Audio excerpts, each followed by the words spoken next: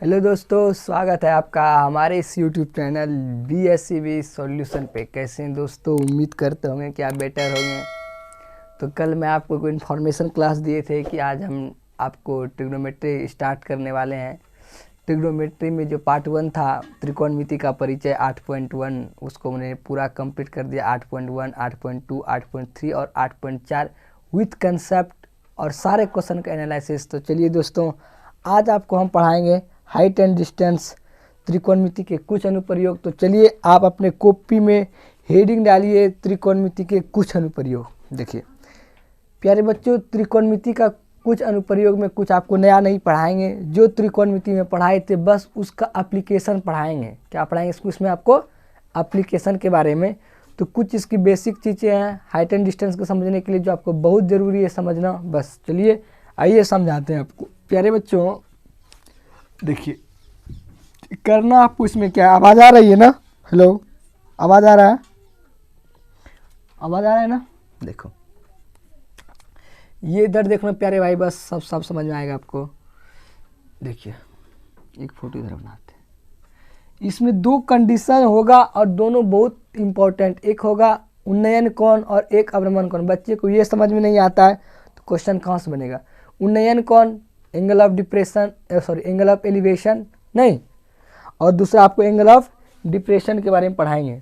अवनमन कोण को angle of depression कहेंगे और उन्नयन कोण को एंगल ऑफ एलिवेशन कहेंगे। मेरे प्यारे भाई देखिए, अगर कोई व्यक्ति नीचे से ऊपर की ओर देखता है, कहाँ से देखता है? नीचे से ऊपर की ओर जब देखेगा तब जो कोण बनेगा हम उसको उन्नयन कोण कहेंगे, और ऊपर से कोई व्यक्ति नीचे की ओर देखेगा तब जो कोण बनेगा उसको अवनमन कोण कहेंगे। कहने का मतलब देख लीजिए, मान लिया जाए कि ये आप हैं, ये एक मुस्कुराता हुआ व्यक्ति आप है, और आपका यहाँ सोना मोना जो भी हो, थोड़ा सा घर बना लेते ना तो छत पे बैठ के देखेगी।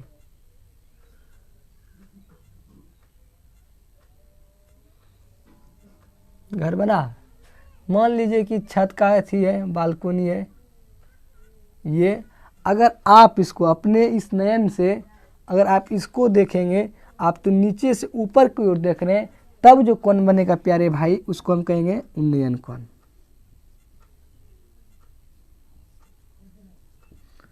कहने का मतलब अगर आप नीचे हैं, आपका सोना ऊपर है, तो नीचे से ऊपर की ओर जब देखेंगे तब जो कोण बनेगा मेरे प्यारे भाई प्यारे बच्चों उसको उन्नयन कोण कहेंगे। लेकिन दूसरा स्थिति देखेंगे, अगर मान लिया जाए ये घर है नहीं, ये बालकोनी है मान लिया जाए, और यहाँ पे ये आपकी सोना है और आप इस बार यहाँ पे हैं। देखिए भाई, फोटो तो हमसे नहीं बनता, आज तक नहीं बना है। बस आपको फीलिंग को समझना है कि हम आपको क्या समझाना चाह रहे हैं। नहीं मिट रहा, उधर नहीं दिख रहा होगा ना, पता है हमको नहीं दिखेगा उधर। देखिए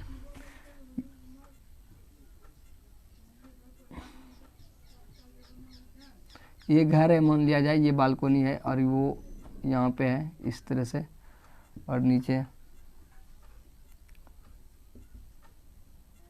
देखिए अगर कोई व्यक्ति ऊपर से मान लीजिए सोना है और आप ये हैं, अगर वो आपको देख रहे हैं ऊपर से नीचे की ओर देखेगा तब जो कोण बनेगा मेरे प्यारे भाई उसको हम कहेंगे अवनमन कोण। कौन कौन कहेंगे मेरे प्यारे भाई? अवनमन कोण। देखिए हम आपको एक दो चीज़ समझना बहुत ज़रूरी है, बार बार क्वेश्चन में आएगा। टावर, मीनार, संचार मीनार, एफिल टावर, समझ में आ रहे हैं? मतलब भवन हो, मीनार हो, संचार मीनार हो, केबल टावर हो, जो भी होगा वो सीधा हमेशा लंबवत खड़ा रहेगा। तो इस प्रकार जो खड़ा रहेगा उसको मीनार कहेंगे। संचार मीनार, टावर, भवन जो रहेगा वो खड़ा रहेगा। फिर नीचे ये जो बिंदु रहेगा इसका, ये जो भवन है या मीनार है कुछ भी हो, उसके नीचे वाला जो बिंदु रहेगा उसको हम कहते हैं पाद बिंदु। कौन बिंदु कहेंगे प्यारे भाई मेरे? पाद बिंदु। और ये वाला जो बिंदु रहेगा सबसे ऊपर वाला उसको हम कहेंगे शिखर। उसको क्या कहेंगे हम? शिखर। और चूंकि ये देखिए ये यहाँ से लेके यहाँ तक एक लाइन है, इसको भूमितल है, इसको भूमितल को हम कहते हैं क्षैतिज। क्षैतिज। और ये आप थे, आप ये थे ना, और वो समझ रहे हैं कौन थी? अगर आप इसको देख रहे हैं मतलब नीचे से ऊपर की ओर देख रहे हैं, तब जो कोण बनेगा उन्नयन कोण बनेगा। समझ में आ रहा है? अगर वो आपको देख रही है ऊपर से नीचे की ओर देख रही है, तब जो कोण बनेगा हम उसको अवनमन कोण कहेंगे। प्यारे बच्चों, एक चीज़ आप ध्यान से देखिए, आप उसको देखें तब पर भी नयन, समझ रहे हैं? आई मीन कहने का मतलब आप उसको देखें, आप इसको देख रहे हैं तो नयन कोण बना, नीचे से ऊपर की ओर देख रहे नयन कोण, तो नजर मिला। देखिए वो ऊपर से नीचे की ओर देखेगा तो अवनमन कोण बनेगा। दोनों स्थिति में हो रहा है क्या कि दोनों, वो हमको देखे या अथवा आप उसको देखें, कहने का मतलब प्यारे बच्चों वो आपको देखे या आप उसे देखें, दोनों स्थिति में नज़र ही मिल रहा है। कहने का मतलब चाहे उन्नयन कोण बने या अवनमन कोण बने, दोनों कोण का मान आपस में बराबर होगा। समझ में आ रहा है? देखिए क्यों बराबर को समझते हैं इसके बारे में। अगर ये पैरेलल लाइन है प्यारे बच्चों, अगर इसको कोई तिर्यक छेदी रेखा काटेगा तो इसका एकांतर कोण आपस में क्या होता है? बराबर होता है। इसलिए देखिए ये जो लाइन है प्यारे बच्चों, इस लाइन को थोड़ा सा आप ऐसे कर देंगे और देखिए ये लाइन को थोड़ा सा और आगे बढ़ा देते हैं, ये एक तिर्यक छेदी रेखा हो जाता है। तिर्यक छेदी रेखा एकांतर कोण जो आपस में बनेगा वो कोण आपस में क्या होगा? बराबर होगा। हो गया। एक दो बात और याद रखिएगा, अगर ये प्रेक्षक न है, प्रेक्षक से जो ऊपर किसी बिंदु, जो जिस बिंदु को देखेगा उसके बीच का जो दूरी रहेगा, उसके बीच का जो दूरी रहेगा उसको हम लोग कहते हैं दृष्टि रेखा। कौन रेखा मेरे भाई? दृष्टि रेखा। फिर उसी तरह ये प्रेक्षक था, आपकी बार इसको देख रहा है तो ये जो इसका जो नाम होगा उसको कहेंगे दृष्टि रेखा। कहने का मतलब प्यारे भाई ये जो कर्ण है ना, देखिए 90 डिग्री का है तो ये कर्ण वाला जो रहेगा दृष्टि रेखा काम करेगा, इसमें जो कर्ण रहेगा वो दृष्टि रेखा काम करेगा। बस आपको एक भी बात याद रखना है कि नीचे से ऊपर देखेगा तो उन्नयन कोण बनेगा, ऊपर से नीचे देखेगा तो अवनमन कोण बनेगा। समझ में आया? इसको अगर लिखना चाहते तो आप कहीं लिख सकते हैं, कोई दिक्कत नहीं, इसको मिटाए। तो चलिए देखिए आज थोड़ा सा आपका ज़्यादा लंबा क्लास नहीं लेंगे क्योंकि बेसिक चीज़ें आपको बताना है, फिर धीरे धीरे आपको हम क्वेश्चन पे लेके चलेंगे। देखिए प्यारे बच्चों, एक दो चीज़ बहुत सीखना जरूरी है। जैसे देखिए दो ही कंडीशन बनेगा हाइट एंड डिस्टेंस में। पहला कंडीशन देखिए, यदि किसी त्रिभुज का एक कोण तो 90 डिग्री फिक्स रहेगा, या तो अगर ये एंगल 30 डिग्री का होगा तो ये एंगल कितना होगा? 60 का। दूसरा ये वाला बन सकता है इसका सिचुएशन ABC, कुछ नाम भी रखने की कोई दिक्कत नहीं। अगर ये तो फिक्स है 90 का ही बनेगा। अगर ये 45 बन गया मेरे प्यारे भाई, ये भी कितना बनेगा? 45। कहने का मतलब दो कंडीशन, इसको समझ रहे हैं, ये दो ही कंडीशन बनता है। आपको याद रखना प्यारे बच्चों, इसको उतार लीजिए कहीं, ये दो कंडीशन बनेगा क्या? दो कंडीशन ये ही बन सकता है, तीसरा कंडीशन बनने का कोई संभावना नहीं। देखिए प्यारे बच्चों, ये मतलब 30 डिग्री 60 डिग्री, 30 के बाद 45 लेते तब अच्छा रहेगा क्या? 30 डिग्री 45 डिग्री 60 डिग्री 90 डिग्री। अगर हम साइन का बात करते सब मान याद है, साइन 30 का मान बोलेंगे तो 1/2, 45 का मान बोलेंगे 1/√2, 60 का मान बोलेंगे √3/2, 90 का मान बोलेंगे तो 1। प्यारे बच्चों ये सब हम पढ़ा दिए, अगर आप नहीं देखे होंगे तो यूट्यूब पे भी सर्च कर सकते हैं complete trigonometry by Sanjeev sir, तब पर भी आ जाएगा। नहीं तो हम प्ले लिस्ट भी बना दिए क्लास 10 कंप्लीट मैथ्स, वहाँ जाके देख सकते हैं। ये सारे फार्मूला को मैंने प्रूफ करके बताया है। दूसरा कॉस का बात करेंगे तो कॉस 30 का जो मान होता है मेरे प्यारे भाई √3/2, 45 का मान 1/√2, 60 का मान 1/2 और 90 का मान, 90 का कोई जरूरत है ही नहीं, इसको मिटाते हैं, 90 की जरूरत नहीं पड़ेगा आपको, झूठ मूठ का याद करने इसको फ़ायदा नहीं। 10 का आएगा, 10 30 का मान बोलिएगा तो 1/√3, 45 का मान 1 और 60 का मान √3। बस आप इसको फटाक से उतारिए, ये हमारा मास्टर की है, इसी से सब आपका सवाल बनेगा। ये सब बताए हुए आपको याद भी होगा, उसको उतारिए जल्दी से। हो गया? उतार लिए? तो चलिए हम आगे पढ़ाते हैं बच्चों आपको। देखिए क्वेश्चन कराते हैं, दो चीज़ आपको, तीन चीज़ जो बताएं इसको याद रखना है। प्लस में नीचे से ऊपर की ओर देखेगा उन्नयन कोण, ऊपर से नीचे की ओर देखेगा अवनमन कोण, और दोनों स्थितियों में उन्नयन कोण अवनमन कोण के आपस में बराबर होगा। तो देखिए प्यारे बच्चों, इसमें 9.1 में कितने क्वेश्चन है? 16 क्वेश्चन है। आप 16 क्वेश्चन पढ़ लेंगे तो लगभग क्वेश्चन जो आएगा वो बन जाएगा। आपको थोड़ा सा इसका कुछ बेसिक चीज़ बताते हैं।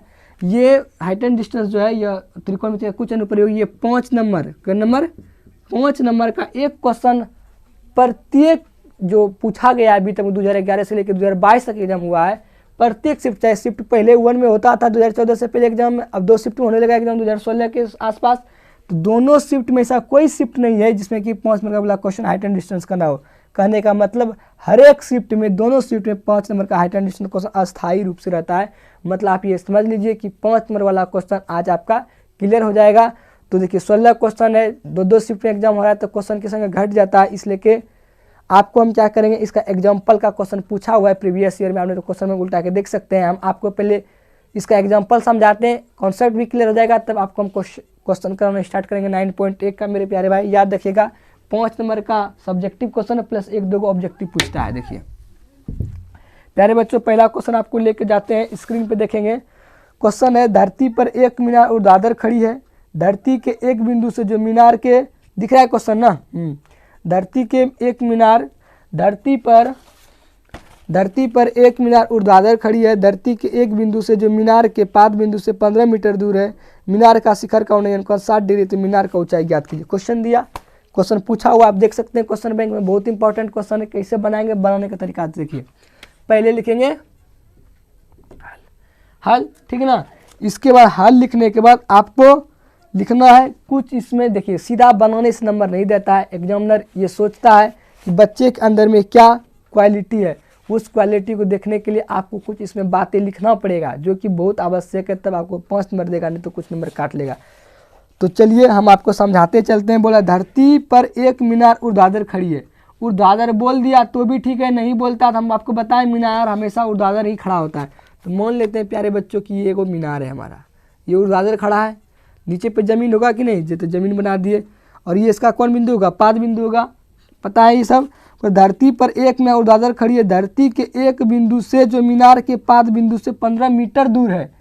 बोल रहा है कि धरती के एक बिंदु से, धरती का एक बिंदु मान लेते हैं, ये मान लेते, धरती के एक बिंदु से मीनार के पाद बिंदु से, मीनार ये है, मीनार का पाद बिंदु क्या है, ये मीनार के पाद बिंदु से 15 मीटर दूर है। 15 मीटर क्या है, दूर है। आगे देखिए, करें मीनार के शिखर का उन्नयन कोण 60 डिग्री, बताए इसको शिखर कहते हैं। मीनार का शिखर का उन्नयन कोण कितना डिग्री है, 60 डिग्री। उन्नयन कोण नीचे बनता है, मतलब ये वाला एंगल कितना डिग्री है, 60 डिग्री है।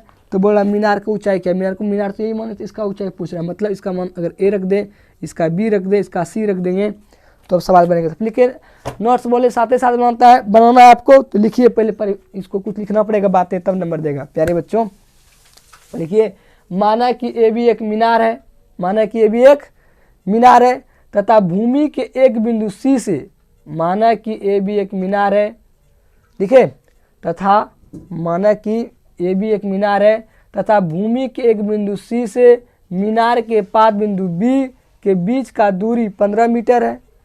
हो गया। आगे लिखेंगे प्यारे भाई, तथा मीनार के शिखर का उन्नयन कोण 60 डिग्री है। मीनार का शिखर उन्नयन कितना डिग्री है, 60 डिग्री है। तो मीनार की ऊंचाई,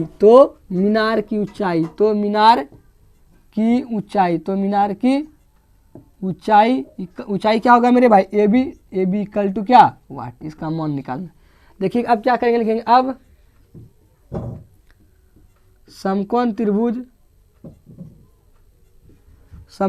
ए बी सी में, प्यारे बच्चों समकोण त्रिभुज ए बी सी जो लेंगे, आप थोड़ा सा गौर करके देखेंगे।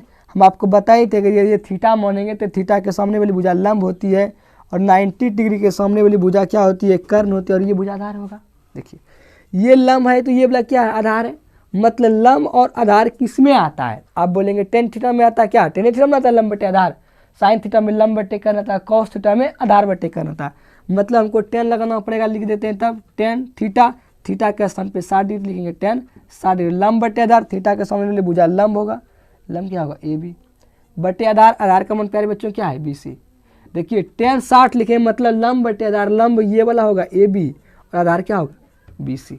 इम्प्लाइज टेन 60 का मान बताया ना आपको, √3, ये क्या है √3, 3 नहीं अच्छा दिखता है, लिखिए हो गया। और ए बी का तो मान निकालना है प्यारे बच्चों, ए बी रहने देंगे।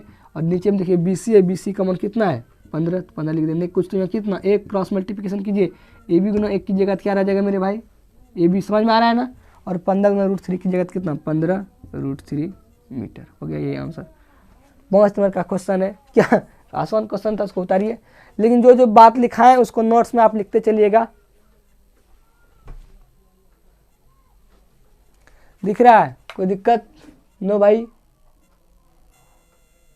बस थोड़ा देर और आपका क्लास लेके फिर ऑफ कर देंगे, आगे क्लास कर लेंगे, तो कुछ बेसिक चीज़ आज ही आपको बताएंगे। प्यारे बच्चों नेक्स्ट देखिए हम आपको क्या करना चाह रहे हैं।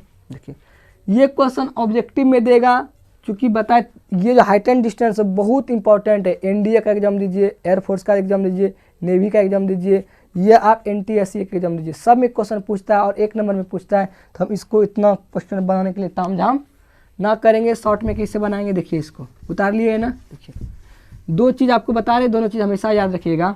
देखो प्यारे भाई, ये समकोण त्रिभुज है, अगर ये 90 डिग्री का एंगल है तो ये कितना होगा 30 का, तो ये कितना होगा 60 का, होगा कि नहीं, कन्फर्म है। अगर हम बोले प्यारे बच्चों tan 30 का मान बताइए, तो आप क्या बोलेंगे 1/√3। tan थीटा मतलब लंब बटे आधार, ऊपर वाला लंब होगा, नीचे वाला क्या होगा आधार। तो ये 30 है, इसके सामने वाली भुजा ये लंब का कम करेगा, ये वाला कम किसका कम करेगा आधार का।